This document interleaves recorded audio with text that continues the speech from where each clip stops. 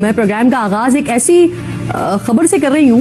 ये पाक फौज सईदी रसूलुल्लाह की फौज है और हम सारे उल्लू के पट्टे हैं। आज मौलाना फजलुर रहमान ने दोबारा खड़ा किया है। कारगिल में आपके कितने जवान शहीद हुए और वहां से एक बयान आया कि हमने इस्लामी तरीके से उनको दफन कर दिया। तुमने पाक फौज के और सिक्योरिटी फोर्सेस के और पुलिस के उन शोहदा को टाट किया जो तुम्हारे जैसे बेढंगी और बेतुके किस्म के सियासतदानों की इज्जत है। उनकी तादाद मुख्तलिफ बताई जा रही है, लेकिन है सैकड़ों में। तुम अपने शुहदा के जनाजे वसूल करने के लिए तैयार नहीं। मौलाना नहीं कहना, क्योंकि मौलाना के ओहदे का या उसका जो तकद्दुस है ना, उसके रैंक के ऊपर ये बंदा अब इस काबिल नहीं रहा कि जिसको सुनकर कुछ देर के लिए मेरे हवास साथ छोड़ गए। लाइन ऑफ कंट्रोल पर पाकिस्तान और भारत के दरमियान एक खौफनाक झड़प हुई है। बुलेट ट्रेन है वो अगले साल आ जाएगी, हाइड्रोजन ट्रेन आज आ गया, क्या चीज है जनाबे अली? उनमें अब खुददारी आती जा रही है, हालांकि वो है हिंदू। हैरान भी कर दिया कि आखिर मौलाना फजलुर रहमान साहब को हुआ क्या है।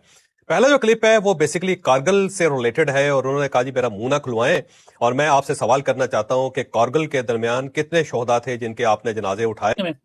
मौलाना फजलुर रहमान ने कहा कि मुझे माफी मांगने का कहने के बजाय मेरे खिलाफ अपने दफ्तर से प्रोपेगेंडा लीड करने वाले जर्नैल मुझसे माफी मांगे।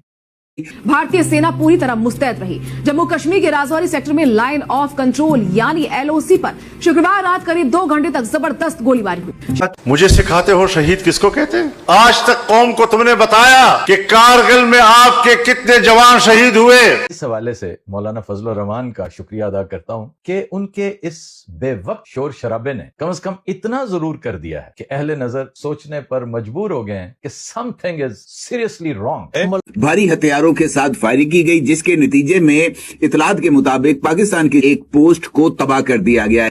जैसे इंडिया की फौज जो अपोजिशन लीडर राहुल गांधी, वो क्या कर रहे थे? वो मोदी को कहते थे बताओ कितने लोग शहीद हुए हैं ऑपरेशन में, और फिर अगले दिन जो उनके ऊपर प्रेशर बना कि तुम लोगों ने ये बताया क्यों नहीं? हमने जितनी जिंदगी गुजार दी है और जितनी गुजार रहे हैं, जेल से बदतर जिंदगी है। आप बंदूक लेके आके मेरे ऊपर सर पे खड़े हो जाएंगे और कहेंगे कि मैं बंदूक की जोर पे तुम पे हुक्मरानी करूंगा। में नाज़रीन सूरत हाल यह है कि मौलाना फजलुर रहमान साहब ने नाज़रीन बर्तन घर के तोड़ना शुरू कर दिया। मौलाना साहब नाज़रीन कभी पिर्चियां उठाकर इधर मार रहे हैं, कभी गिलास उठाकर दीवार पर दे मार रहे हैं, कभी नाज़रीन खाने का देगचा उठाकर उधर पटक रहे हैं, उधर मार रहे हैं, इधर मार रहे हैं। समझ नहीं आ रही कि मौलाना साहब क्या कर रहे हैं। लेकिन मौलाना फजलुर रहमान साहब नाज़रीन लड़ाई को जिस लेवल पर लेकर चले गए या जितनी ज्यादा इसकी हीट को बढ़ा रहे हैं, ये नॉर्मल नहीं है। वकार और हिफाजत के ऊपर जरा मामूर है।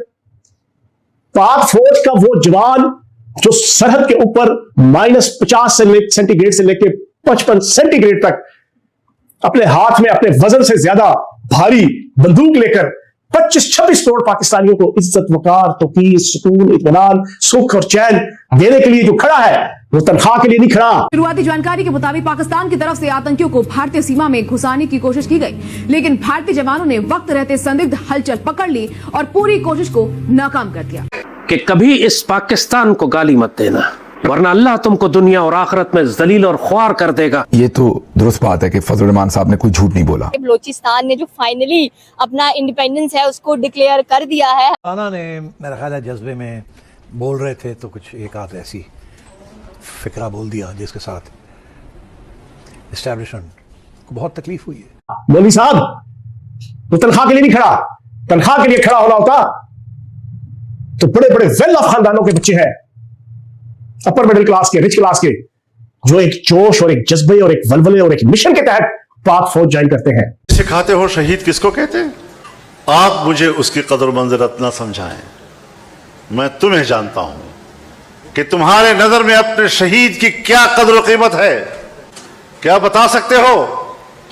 आज तक कौम को तुमने बताया कि कारगिल में आपके कितने जवान शहीद हुए। पाकिस्तान के अंदर जो पाकिस्तान की जो डोमेस्टिक पॉलिटिक्स है ना, वो हमेशा हमें वो जैसा कहते हैं ना, एक पाकिस्तानियों को मुश्किल में डाल के रखती है। तो आज मौलाना ने दोबारा रंदा फेरा है, सबके मुंह पर मौलाना ने उठा के सीधा जूता ठप करके मारा है कि ये लो, ये है माफी। जिहाद फी सबीलिल्लाह, पाकिस्तान का मतलब क्या? ला इलाहा इल्लल्लाह की बुनियाद पे बने हुए पाकिस्तान की सरहदों की हिफाजत। पाकिस्तान का मतलब क्या? ला इलाहा इल्लल्लाह की खातिर मेरी और आपकी और लाखों करोड़ों पाकिस्तानियों की मां और बहनों और बेटियों की इज्जतों और असमतों को लुटने के बाद मिलने वाला ये पाकिस्तान, ये 14 अगस्त 1947 को बनने वाला वो पाकिस्तान जिसके हवाले से मौलाना फजलुर रहमान तुम्हारे बावजूद ने कहा था शुक्र है कि हम पाकिस्तान बनने के गुनाह में शरीक नहीं है। जय हिंद दोस्तों, नमस्कार। आप देख रहे हैं हमारे खास शो RKTV 8 को। चलिए अपने नए टॉपिक पर। दोस्तों आज का टॉपिक पाकिस्तान वालों को चौंका कर ही रख देगा। बताओ, इतने घटिया हैं ये लोग कि अपने जवानों को भारत से मांगने में भी डर की वजह से उनके लाशों को भी नहीं मांग पाए। ये तो सोच रहे हैं कि अगर हमने भारत से कहा कि हमारे फौजों की लाशें दे दो तो वो देने से पहले ही इतना पीट देंगे कि लाश तो दूर की बात, हम खुद भी जिंदा लाश बन जाएंगे। आपको बता दें कि यह झड़प नियंत्रण रेखा पर पाकिस्तान की ओर से लगातार संघर्ष विराम उल्लंघन और गोलाबारी की घटनाएं सामने आई हैं। एलओसी पर तनाव और गोलाबारी पाकिस्तान द्वारा एलओसी पर अक्सर सीज फायर तोड़ा जाता है। इस गोलाबारी के कारण सीमावर्ती इलाकों में भारी नुकसान और जन हानि होती है। भारतीय सेना ने इन हरकतों का मुंह तोड़ जवाब देती है। दोस्तों, इस बात से फिर से पाकिस्तान रो कर गिड़गिड़ाया कि भारत हमसे सीज फायर कर लो और अब हम कभी भी ऐसी गलती नहीं करेंगे। लेकिन इन झूठों और मक्कारों की तो बात ही अलग है। सीज फायर होने के बाद से फिर से प्लानिंग करना शुरू कर देते हैं, लेकिन आज तक ये सफल नहीं हो पाए। अब तो रो रो कर इनका दिमाग भी हिल गया है कि कैसे भी करके कोई सीज फायर कराओ, नहीं तो भारत हमें छोड़ेगा नहीं। अब कोई भिखारिस्तान का साथ भी नहीं दे रहा। अब क्या करे, इसलिए रो कर सीज फायर की बात कर रहा है। चलिए दोस्तों वीडियो को पूरा देखें, तभी आपको सही गलत का ज्ञान होगा। तब तक के लिए जय हिंद, जय भारत। और आपने वहां से कितने शुहदा के जनाजे वसूल किए, जरा बताओ तो सही। तुम अपने शुहदा के जनाजे वसूल करने के लिए तैयार नहीं हो। तुमने अपने जनाजे हिंदुओं के हवाले किए। कर्नल शेर खान अगर हमें मिला, हिंदुस्तान के इसरार के बाद हमने उनका जनाजा वसूल किया है। उन्होंने कहा कि तुम्हारे शुहदा की तुम्हारे लिए क्या कदर कीमत है, मैं जानता हूं, जरा बताओ तो सही, कारगिल में कितने शहीद हुए थे? तुमने तो अपने शोहदा के जनाजे तक वसूल करने से इनकार कर। जरा ये सुने कि फजलुर रहमान क्या कह रहा है। इससे पहले फजलुर रहमान वो बोल चुके हैं कि ऐसे अगर कोई पीटीआई का बंदा या कोई आम ही सा बोलता सोशल मीडिया का अकाउंट जिसके 2 फॉलोअर्स होते तो अब तक जेल में होता और ईंटें लटकाई जा चुकी होती। फजलुर रहमान ने उसे नेक्स्ट लेवल पे गियर लगा दिया है। ये जरा सुने फजलुर रहमान ने क्या कहा। जिस फौज ने और जिस जनरल ने जिस दफ्तर से मेरे खिलाफ और मेरी जमात के खिलाफ प्रोपेगेंडा कमांड किया है, उसको माफी मांगनी होगी। मुझे कहते हो तुमने गलत बात की है, मैं कहता हूं तुमने अपने शुहदा की भी तजलील की है, फौज के शुहदा की भी तजलील की है, उनके खानदानों की भी तजलील की है, तुमने मेरे शुहदा की भी तजलील की है, तुमने उनकी भी बेतौकीरी की है। माफी कहते हो फजलुर रहमान मांगे? नहीं, मेरा मुतालबा यह है कि जिस फौज ने और जिस जनरल ने जिस दफ्तर से मेरे खिलाफ और मेरी जमात के खिलाफ प्रोपेगेंडा कमांड किया है, उसको माफी मांगनी होगी। मैं तुम्हें जानता हूं कि तुम्हारे नजर में अपने शहीद की क्या कदर कीमत है, क्या बता सकते हो? आज तक कौम को तुमने बताया?